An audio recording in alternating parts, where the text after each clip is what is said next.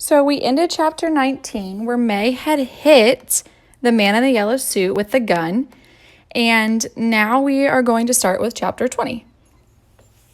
Winnie was standing with her cheek pressed into Tuck's chest, her arms flung tight around him. She trembled and kept her eyes squeezed shut. She could feel Tuck's breath come and go in little gasps. It was very quiet. The Tree Gap constable knelt over the sprawled body of the man in the yellow suit and then said, "He ain't dead, leastways not yet." Winnie opened her eyes a crack. She could see the shotgun lying on the grass where May had dropped it. She could see May's hands, hanging limp, clenching, then hanging limp again. The sun was scorching hot, and near her ear a gnat whined. The constable stood up. "Why'd you hit him for?" he wheezed resentfully. "He was taking the child away," said May. Her voice was dull and exhausted. "He was taking the child against her will." At this, the constable exploded. "Ding dang it, woman, what are you trying to say? Taking that child against her will? That's what you done. You kidnapped that child." Winnie let go of Tuck's waist and turned around. She trembled. "They didn't kidnap me," she said. "I came because I wanted to." Behind her, Tuck drew his breath in sharply. "You wanted to?" echoed the constable, his eyes wide with disbelief. "You wanted to?" "That's right," said Winnie. "They're my friends." The constable stared at her. He scratched his chin, eyebrows high, and eased his own shotgun to the ground. Then he shrugged and looked down at the man in the yellow suit who lay motionless in the grass, the blazing sun white on his face and hands. His eyes were closed now, but except for that, he looked more than ever like a marionette. A marionette is like a puppet on those strings that you can control. A marionette flung carelessly into a corner, arms and legs every which way midst tangled strings. The constable stared at her. Then one glance she gave him fixed his appearance forever in Winnie's mind. She turned her eyes away quickly, looking to Tuck for relief. But Tuck was not looking back at her. Instead, he was gazing at the body on the ground, leaning forward slightly, his brows drawn down, his mouth a little open. It was as if he were entranced, or amazed with wonder, and yes, envious, like a starving man looking through a window at a banquet. Winnie could not bear to see him like that.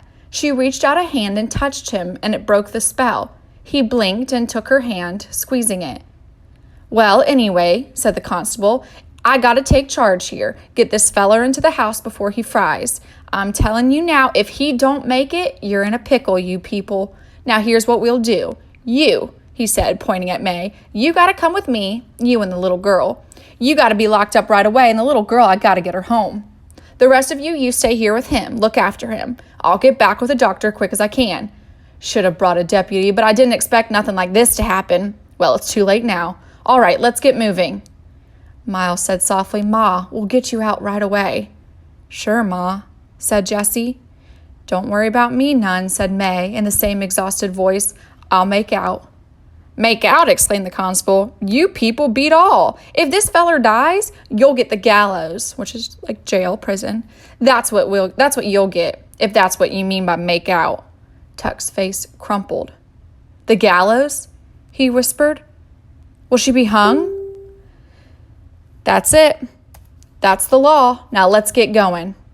Miles and Jessie lifted the man in the yellow suit and carried him carefully into the house. But Tuck stood staring, and Winnie could guess what he was thinking. The constable swung her up onto his horse and directed May to her own saddle. But Winnie kept her eyes on Tuck. His face was very pale, the creases deeper than ever, and his eyes looked blank and sunken. She heard him whisper again, "She'll be hung." And then Winnie said something she had never said before, but the words were words she had sometimes heard and often longed to hear. They sounded strange on her own lips and made her sit up straighter. "Mr. Tuck," she said, "don't worry. Everything is going to be all right."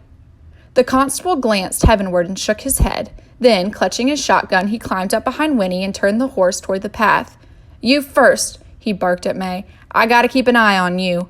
And for you," he added grimly, speaking to Tuck, "you better hope that feller don't die on you. I'll be back as soon as I can." "Everything will be all right," Tuck repeated slowly. May, slumped on the back of the fat old horse, did not respond, but Winnie leaned around the constable and looked back at Tuck. "You'll see," she said, and then she faced forward, sitting very straight.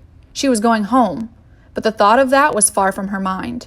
She watched the rump of the horse ahead, the swish of the coarse, dusty hairs as he moved his tail, as she watched the swaying, sagging back of the woman who rode him.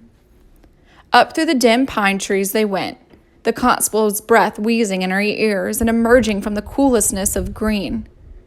Winnie saw again the wide world spread before her, shimmering with light and possibility. But the possibilities were different now. They did not point to what might happen to her, but to what she herself might keep from happening. For the only thing she could think of was the clear and terrible necessity. May Tuck must never go to the gallows to be hung. Whatever happened to the man in the yellow suit, May Tuck must not be hanged, because if all they had said was true, then May, even if she were the crudest of murderers and deserved to be put to death, May Tuck would not be able to die. And that's the end of chapter 12.